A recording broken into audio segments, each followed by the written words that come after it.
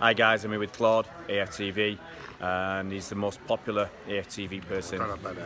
From our viewers today, I did a live stream, and they all said, "Get Claude on, please. He's the only one that talks sense." And after bigging him up, and let's see what he's got to say. I've got just a few questions. I want to start with Claude. Who do you want to win the Premier League? You're not going to like this. I don't mind. No, it's just I feel it needs a change. It needs. I think Liverpool, for all it's been gone a long time now, and it'll be good. I think it's good for football as well because it's not the same team winning every year, and I would like to see Liverpool win it. Yeah. Who do you think will win it? Oh. You know, it changes every few weeks. The momentum was with Liverpool, but then Man City have clawed it back. Yeah. At the moment, Man City, looking at Man City, they don't look as if they're cracking. They look as if they're going to go on a good run. And Liverpool, they're showing signs of a bit of a crack there. I think it's how they handle these big games between them. I think it'll be very tight. I feel like the top four, I think you can go to the last game. Okay. What about the Champions League? Who do you think will win that? Do you know what? I'm going to be bold here. I think Manchester City can win that. I really do think they can win that. They've really been impressive. They beat, was it Schalke 7? Yeah. Very impressive, without even really putting too much into their game. Exactly. It wasn't as if they really pushed it, did they? And they still won 7. That's one team that's in second in the German league, isn't it? No, Schalke are about 15. Are they? They're having a crap time. Well, I didn't know that. Spurs who beat the team that was second. Yeah, so... The less said about Spurs, the better, yeah. But that will be a tricky game with Spurs, because they've got to live with that new stadium now, and I don't know how Man City will cope with it. Do you reckon they'll cope with it? I mean, they'll have had a couple of games there already, so they'll probably, I feel, cope with it better than City, who've never even seen it. Yeah, exactly. So it's... But they said some teams don't settle straight away in the new stadiums, you know. Fingers crossed they don't. Top 4 then, what's your prediction? Let's not worry about the first and second, let's look at third and fourth. It's tricky because you've got, out of the running, you'd say Arsenal got the best running, but the thing that goes against Arsenal is their away record this year. Shocking. Yeah. I think they've got the second best home record in the league, but... You let too many goals in as well, from what I remember. And you say we've got an easy running, but we've lost to Southampton and West Ham. And we've also got Wolves in that running, who are, to me, like playing the top 6 side at the moment. Yeah. I don't know if you agree. I mean... Well, they're doing really well. I mean, they give... And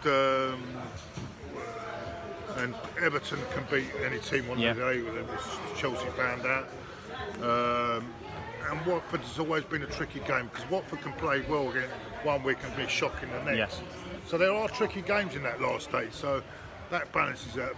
Spurs have got to play Manchester City and Liverpool away, so that's tricky as well. You know what? Go on, say Arsenal going to make it. Come on. You know what? You can't. It's not the run of fixtures. You could have the easiest run. It's how you cope with the pressure. Exactly. I don't think this team, it's a new team under Emery. How do they cope with the pressure? Can they cope with that pressure? Because you can look at those fixtures, but it's also the pressure game, isn't it? Exactly. It applies to where Tottenham have been there for the last few years and done it, got into the top 4. Man United. For me, I think Man United could be the ones that will definitely get it, because I think at home they've got the 2 games at home. And Old Trafford, they seem to, even if they're playing rubbish, they can still win. They're capable of beating these teams. How do I see it? I'm going to go third. I'm going to go Manchester United.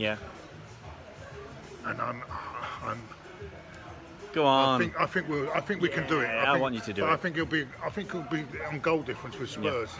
Well, I'd love it, absolutely love it if Spurs miss out because they've got to pay for that new stadium, and it's going to cause them a lot of trouble if they don't make Champions League next season. I think financially. I think they've said that Levy yesterday's got that covered. So, but you know, I mean, so it don't affect their budget, but. It's an amazing stadium. Now I've looked at it. I hate Spurs as a passion, but their stadium. That's an amazing. I've looked on the I've seen video clips of it. It looks an amazing stadium. Last question then. player of the season? It's got to be Raheem Sterling for me. Yeah. Terrific. How far forward has he come in the last couple of years? Well, I mean, I was looking at some of his numbers. I mean, 2 seasons ago under Pep, he scored, I think, 10 league goals. I think he got a lot of assists. And then last season he was up to 23 goals, plenty of assists. And I think this season he'll probably outdo last season's numbers. Scoring goals for England, scoring important goals for City. And he's been unplayable at times, hasn't he, this season? He's been unplayable. And he short. I mean, people say, oh, he gets all these tap-ins, but he's he's getting into the positions to make those tap-ins. Exactly, and it's timing it and holding your run, getting there at the right time. You know, it doesn't mean if you or I were playing up front for City, we'd be getting all these tap-ins. You've got to be a good player to know when to move and when to get into that space. So a tap-in is a great goal for me because it means you've done everything right. Another one that's really played well this season is Son from Spurs. Yeah, he's not done bad. He's had a terrific season. Yeah, but since Kane's been back, they've struggled a bit. Yeah, but I would go for Sterling. I would say Raheem Sterling for me. I think for me, he deserves it. I think. I'm not saying it because you're here. No. No, I mean, for City fans, we think it's neck and neck. For a City player of the season between Bernardo Silva and Sterling, because Bernardo had a tremendous first half of the season when Kevin De Bruyne was out, but Sterling's really coming through now.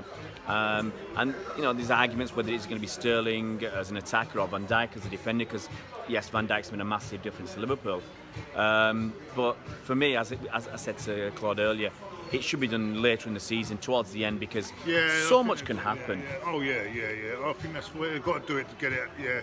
Yeah, I mean, or make it as late as possible. Yeah. But not, in February, it's too early. You know, it's usually who's having a good run. Are we talking about the players' play or the? Well, they can have a player of the season done by the Premier League or whatever. But no, the players are voting. The players are voting right now. Yeah. I mean, and so it should be later because I mean, look, who's your player? Right now, I'm just leaning towards Raheem Sterling. If you'd asked me a month ago, it'd been Bernardo Silva. Yeah. And most opposition fans will say, huh? But City fans see them week in, week out, and he's been the best player. But I think Sterling in the last few weeks got hat-trick for City, hat-trick for England. You know, if he contributes a lot to us winning more trophies this season, he's got to be up there. Fair enough. We'll see what happens. Hey guys, I've got to dash. Claude, it's been fantastic, mate. And fingers crossed that you guys get top 4. I really would like that. We'll pray. You know, I want you to be not those pretend cocks of North London off their perch. It's still a minimal requirement for me this year. Top 4 is a minimal requirement. Yeah, it should be. Because we should be looking higher than that, really. Yeah. But to be honest, I think you need it this year because Wolves will be knocking on the door next year as well. So yeah, good side, but can they do that? See, it's all right for one season. Yeah. Can they repeat that the second season? Well, that's another thing. I think and will their players be looked at as well in the summer? Will be able to keep their apparently when City were after, you know, it was rumoured that we were after Neves, and Wolves came back and said, yeah, you can have him, 100 million quid, and that just puts opposition teams off, and they're not going to raid them. But I can see them possibly losing 1 or 2 players, but also reinvesting, something that Liverpool never used to do. They sell Suarez, never reinvested it. Coutinho, you know, they were a selling club. I don't think Wolves are a selling club, and if they do sell because of pressure, they'll buy. Who's the player really impressed? Is it Nunez? Is it? Not Nunez. Neves is the midfielder. Yeah. He's really impressed me. Neves, listen, I keep getting mixed up. There's so many of these foreign players coming in all the time. It's Neves, easy. He's really impressed me a lot, you know. Yeah. But you've got a good point about Wolves, but whether they can keep their players as well. And sometimes, you know, I've seen it before where a team really plays well one season, and next season they dip a bit. Yeah, because they rest on the laurels a bit. So it'll be interesting to see. Got a dash, guys. I think I'm late for my my interview. Good luck for the rest of the season. Cheers, mate.